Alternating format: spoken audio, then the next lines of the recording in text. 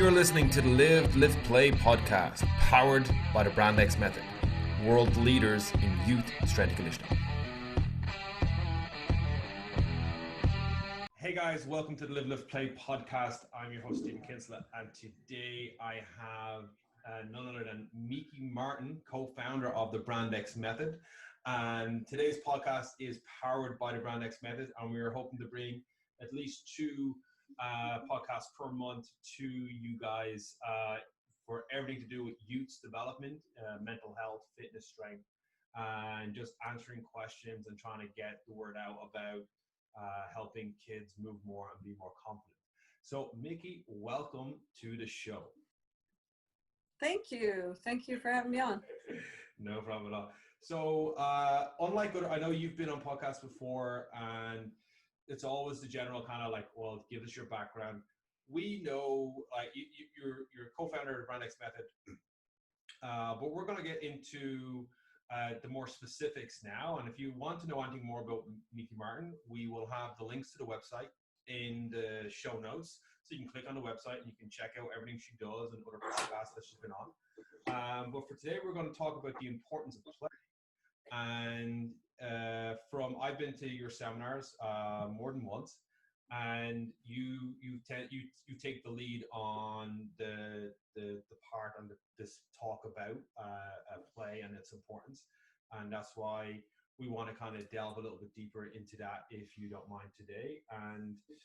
And for people that don't know, why is play so important to our education? To our children's education?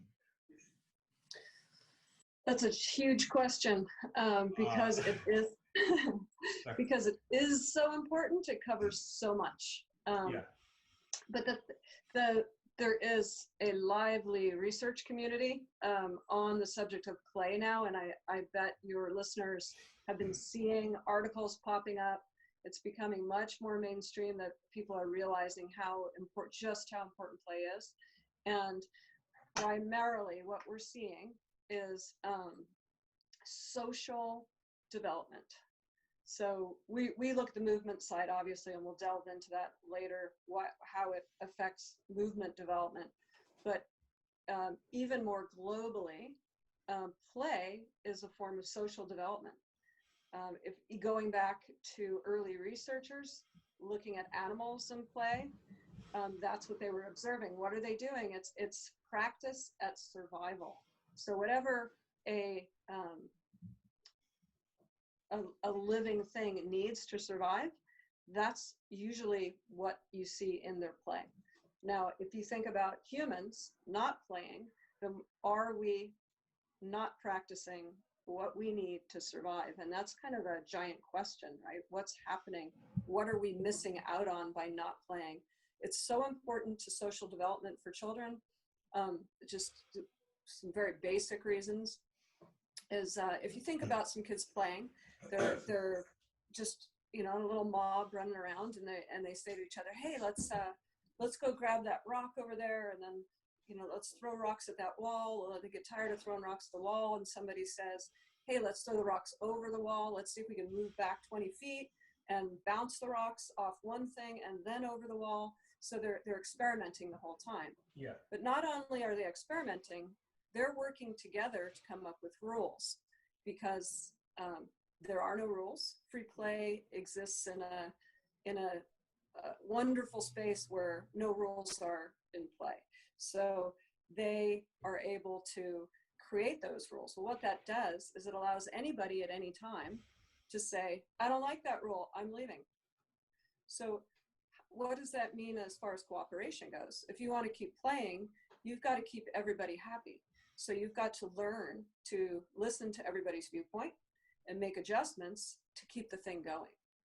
So that is just one aspect, but there are so many aspects of social development that occur while playing and through play that it's being found to be a serious problem in the mental health of our youth now, that they're not playing as much as they used to, and in some cases not playing at all.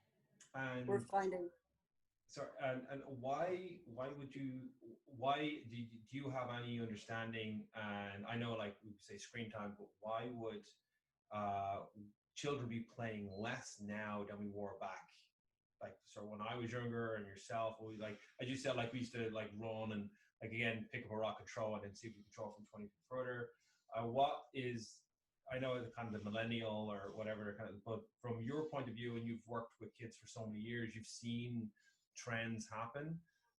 Why are we playing less, or why are our children playing less? There are multiple reasons. The emphasis on heavy academics and earlier and earlier, bringing academics down to pre-kindergarten levels and saying we got to focus on heavy academics. That obviously means something else has to go. First thing has been rest and physical activity. So that allows for less playtime within the school environment. Obviously, the obvious bad guy in this is tech. People are always pointing to tech. Kids have all this tech. And it's not so much the itself. I think we all have to recognize that going forward into the future, that's not something that's going to disappear. Tech is here to stay. Yeah. Kids are going to use tech. They're going to be involved with it. It's got some addictive qualities. All those things are things we need to know about. But more importantly, it's what we're not doing, not what we are doing. So it's not the fact that they're using tech. It's that they are not playing. They have something else that's occupying their time. So it might be tech. It might be sport specialization. It might be they're in one single sport and their coach requires them 4 hours a day to go do this single sport, that they basically sit all day and then go hit their single sport, and they don't have time for play, and that people didn't understand the importance of it and are not prioritizing it. So our job really is just information, get the information out there so people can make informed decisions about how their kids spend their time. Yeah. And like with that, then obviously with, as we see with a lack of play, and as you said, like it could be, it's multifaceted. So it could be education, it could be sports, it could be like, again, technology. Then what are, like with the Brand X method, what are you finding then when you get kids that have all of this? Like what's happening? What's the consequences of this missing play as they age?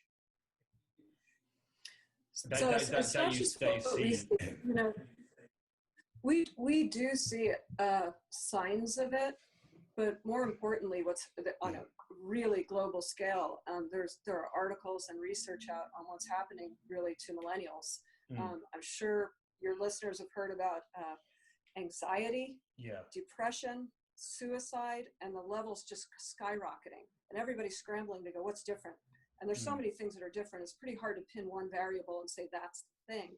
But what we can do is say, what do we know is positive about play? And then when we see it not happening, what are the results of that?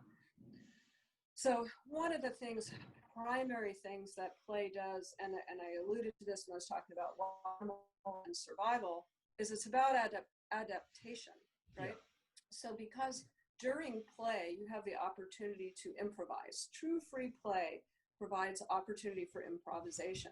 So we talked about the rocks. So we're throwing the rocks, and someone else throws a baseball through the field of where the rocks are, and the rock shoots off. And now we go, oh, okay, let's see what happens when it's another different type of object. What happens? And each time we do something different and unexpected or unique in a play scenario, we're learning. And we're learning to adapt to the unexpected. Now, if we're doing that every day with a group of friends, we're out there playing, maybe we're playing a game that everybody knows. We're playing football or soccer. And it's really super muddy. And then we're playing on a pitch that they're working on. They're putting some sprinkler lines in, and so we have to leap over these gullies. So different unexpected things happening cause us to adjust. They cause us to learn that we can deal with the unexpected, and learning to understand that we can deal with the unexpected on the fly lessens anxiety when something new occurs in our lives, and we're able to problem solve. So what they're finding as a direct result is kids who aren't playing experience anxiety when something new or unexpected occurs because they don't feel like they know how to problem solve for it. Kids who have a play history they've experienced so much unexpected and unusual circumstance through play that they don't have that feeling that they can't address a new problem. So and then anxiety builds on itself. There's social isolation from a lack of play, and cooperation that happens when you're working with different people, creativity. So it's a big deal. The level of anxiety and depression is a really big problem. And so what we can do as coaches is how do we get play? How do we get true free play versus directed play, which would be sport, where there are rules and timelines and whistles and coaches, and there's stressors there. Something without stressors, and just out with my friends running in a pack, and we're doing whatever we feel like doing, no timeline, no adults. How do we get the beauty of that and all those positive things into something that what we do is directed, right? You've got kids in your gym, there is a timeline. Yes. You've got some rules. They can't start throwing tomatoes at each other, right? So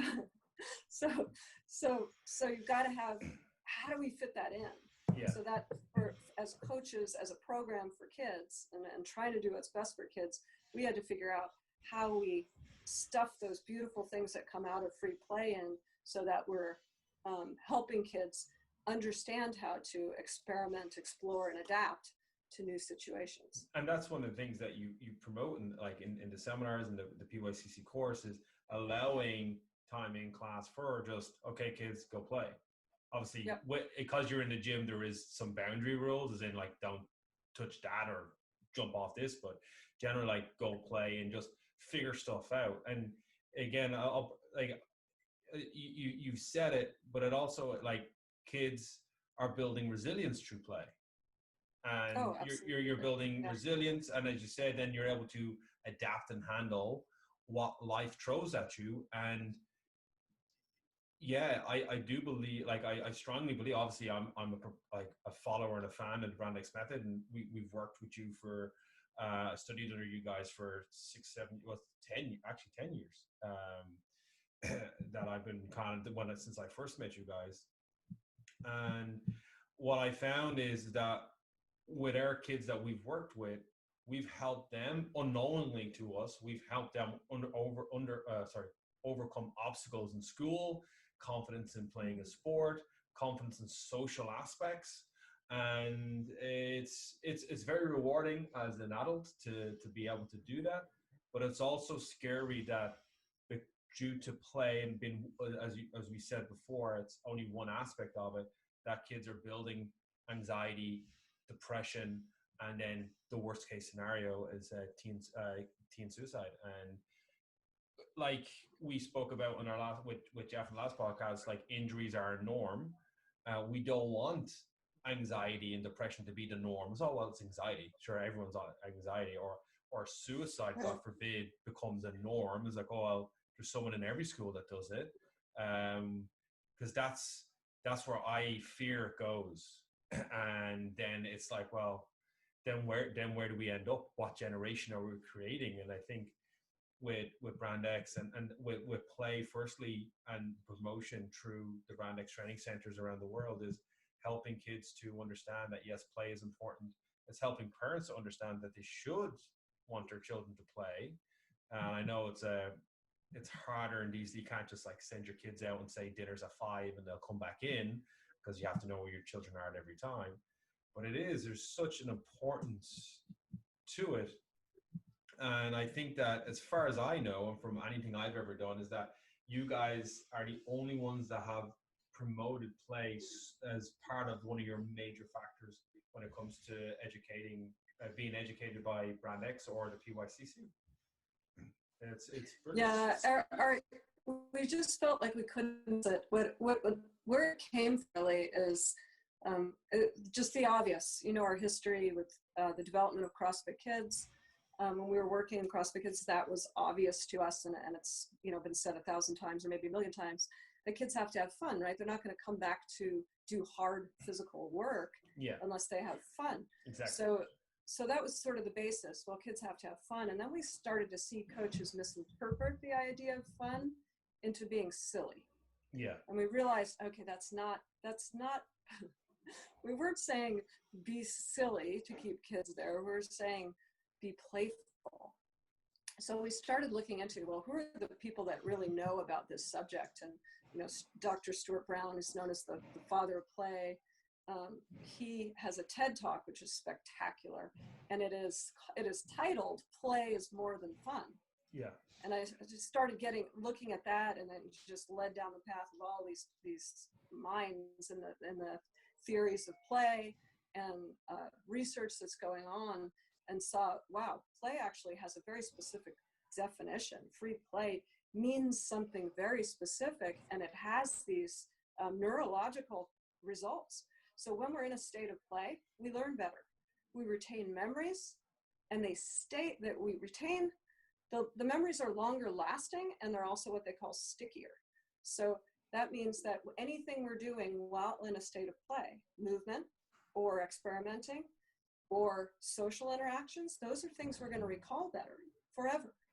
So there are other really important aspects so far beyond the idea of fun and engagement that we just kind of started rolling with learning more and more. And unfortunately, because of the anxiety problems that are popping up, more research is being done. So it was just the timing kind of that we started looking at that, and then started hearing more and more about the downside.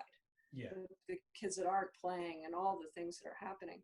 So one of the ways that we can use that idea of play and get those great neurological results, as well as BDNF, the miracle growth for the brain, as it's called, is released during a state of free play. But as soon as you introduce a stressor, it stops. So if we go to one of the real differences between free play and directed play, or what we would think of as classic sport, is that classic sport has all those stressors: timelines, whistles, coaches. I'm worried about how the team's going to view me. Will I pull through for the team? I have to wear a uniform. Every little thing like that adds up to be another stressor. So the potential for the release of BDNF is reduced. And the potential for the release of BDNF, miracle growth for the brain, is fantastic when you have free play. So how do we put that in our world? What we do is we use an interval free play. Or sometimes we just say, hey, your game at the end of the day is movement solutions. And what I mean by movement solutions would be something like, here's a bunch of stuff you can run around, jump over, crawl under, push across, swing over, swing onto, do what you want. Yeah. And let the kids get together, figure out their rules, what they want to do, let them play, let them experiment. Exploration and experimentation lead to the adaptation that lessens later anxiety about problem solving. So we want to give them opportunities to explore and experiment very specifically.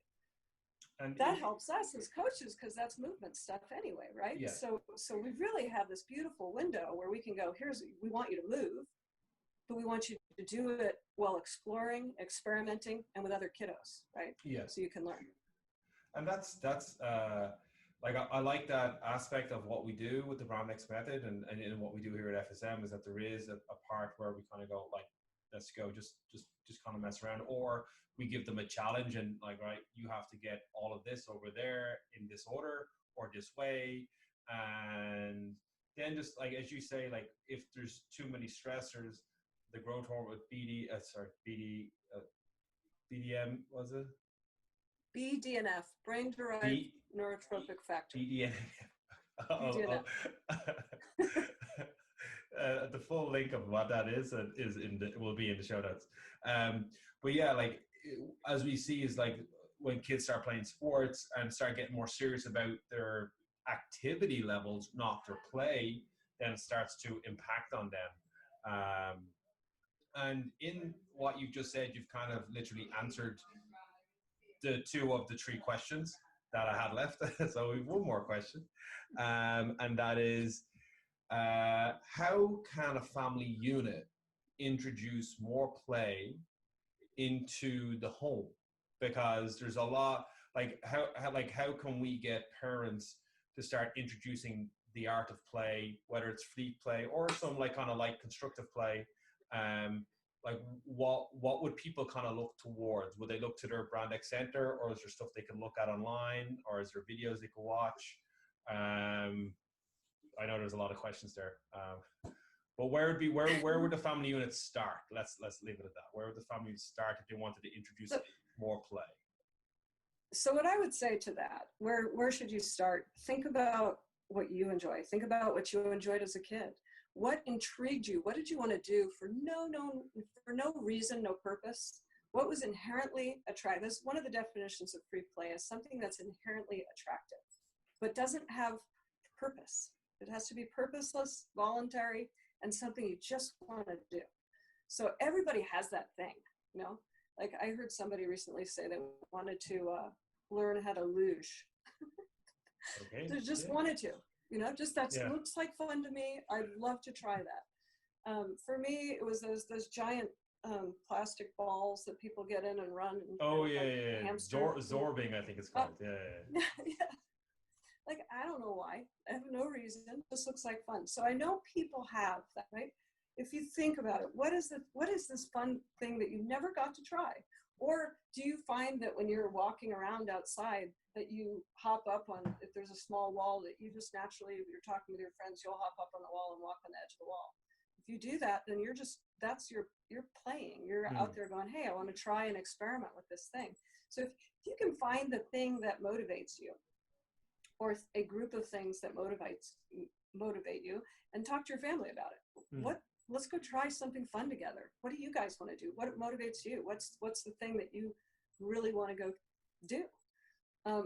I also think it's very important. It is good as a family unit to demonstrate the excitement and joy of just doing something for no reason.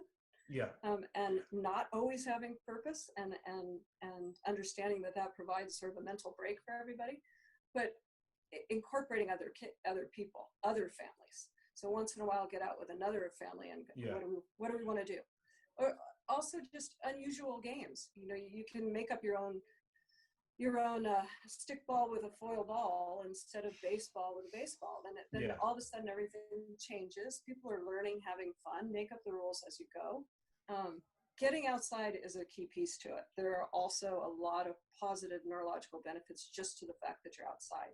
So they say that will add levels to what's going on. As far as sites to look at, there are so many. The biggest one I would say take a look at would be nifplay.org. Okay. But there's also a museum in the States called The Strong, which is based on play, and they go into just many aspects of the play. Very interesting content there on that. And then there's a TED Talk and lots out there from a young man named Charlie Hone, who is a millennial, or maybe even slightly older than that, who experienced massive anxiety and sort of went down the road of why am I feeling like this? Sat down, read Stuart Brown's book on play, and just changed his life by becoming playful. And he has a project called Recess, the Recess Project, and that is actually geared toward adults. Yeah. And getting adults to remember what play is like and how it makes them feel, and getting it back into their lives. So there's a lot of information in there as well. So if you're looking at a family, and sometimes people are very reserved about it because they've grown up with this, you know, everything's about work and hard work. Yeah. And believe me, I definitely believe in hard work, but there's balance, just like everything. There's a real balance, and the mental benefits of play just can't be skipped. So if you have somebody who's really reserved, that's kind of a good place to start, is another adult who says, hey, look, this changed my life. And it is good to get outside your comfort zone. And one of the things I would say to people when they say like, oh, like I can't motivate myself in the morning, I said, and they don't want to meditate, they don't want to do that. I said, well, what's your favorite song? Like it could be MC Hammer, Can't Touch. Just get your headphones in, get up before everyone else, and dance around your living room and I guarantee you, until he finishes that song, you're going to be laughing, you're going to feel silly, you're going to release so much endorphins, and you're going to actually start your day off really good. And then eventually there's like, you know, like laughing's contagious. So if your family walks in with you dancing, especially my son will laugh at 100%. Susan more embarrassed, but you know, she knows what she signed up for. And then I'll put those names and those websites in the show notes again. So like for more, if anyone listening to this and wants to know more about it, but from the Brand X methods, because that's pretty much the questions. You kind of nailed most of my questions in all I one go. might have read ahead. That's okay. That's okay. It's good. It's good. But for anyone that wants to know more about Mikki Martin and the PYCC, the Brand X method, and what they do to help youths, it's thebrandxmethod.com. Yes, Yep. And our Instagram, which is just at the Brand X Method. Yeah. There's a lot on there, and you can always DM us right off of Instagram as well. Yeah, and they'll get back to you. Like, they're not one of these companies that don't respond. They actually respond, which is good. Well, they respond to me, so I'm going to say that they're going to respond to you. We try to respond to everybody as fast as we can. They're very good. We want to do the best we can for kids, and if people are out there interested in that mission, then we're there to talk to them. Cool. So guys, firstly, I just want to thank Mikki for being on the show. Hopefully we're going to have her on again. The purpose of the Live, Live, Play podcast powered by Brand X is to talk more about specific aspects of working with youths. And as I said, we're hoping to have this coming out every 2 weeks, have a show for you guys to listen to. We're on YouTube, Spotify, and we're on Podbean, so please like and subscribe to the show. And if you have any comments or if you have any questions about working with youths or if you're a coach and want to become certified, or you just want your child to start moving more and understanding their bodies more, then definitely check out, listen to the podcast, ask me the questions, and I'll give the information to the Brand X if I can't answer myself. And again, this resource is to help as many families move better and make exercise a part of their way of life. So guys, Mikki, first, thank you for being on the show. And guys, we will see you soon. And we are done.